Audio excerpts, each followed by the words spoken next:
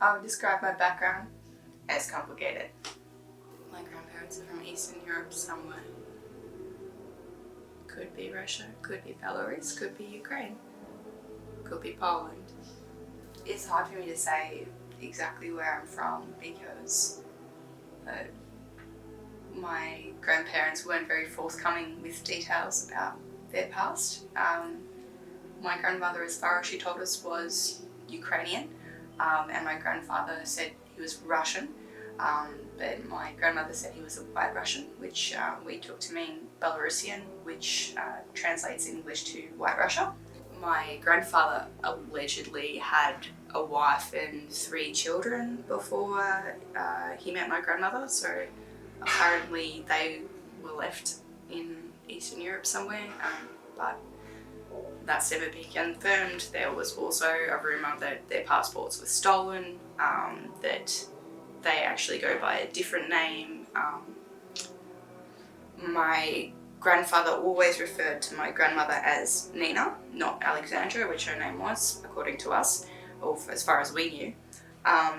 The priest at the church also called her Nina, but no one else. And if my sister and I ever tried to call her Nina, she'd get very upset. She'd be like, "Don't call me Nina, don't call me Nina."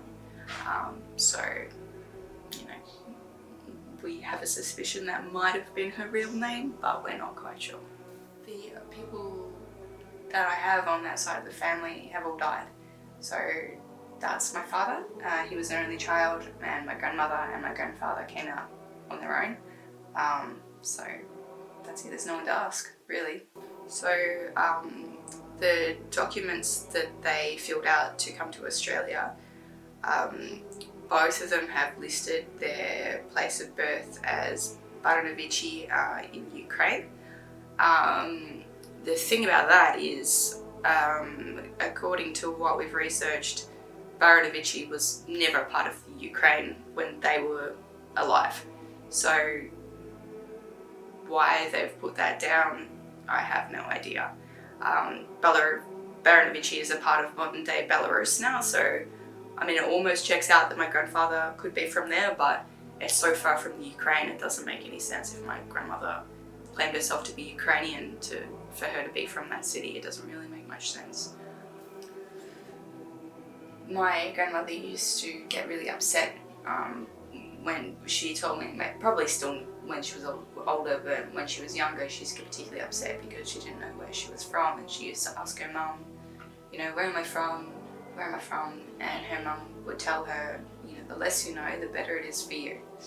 And by that she means if you don't know the truth, then you can't make a mistake and lie, or make a mistake and say something you shouldn't, and then get yourself in trouble. To have that missing or cloudy is quite frustrating. Where on my mum's side, she's many generations back Australian, can trace their passage from Scotland. It's really straightforward. It's gone back. They can go back to the 1700s, I think, almost. But with my dad, it literally stops at my grandparents. It's important to know where we come from. I said it was me and my sister, and now my nephew. Just to have a sense of who you are and where you're from. I mean, I think it's important to know your history and have a sense of cultural identity. I mean, there's things that are passed down, especially on my dad's side, and my mum's side too, but my dad's Eastern European side, which are unique to them, which will, influence how I live my life, how, my nephew lives his life because of the way we grew up. So knowing exactly where they're from, I don't know, it just helps you place yourself in the world.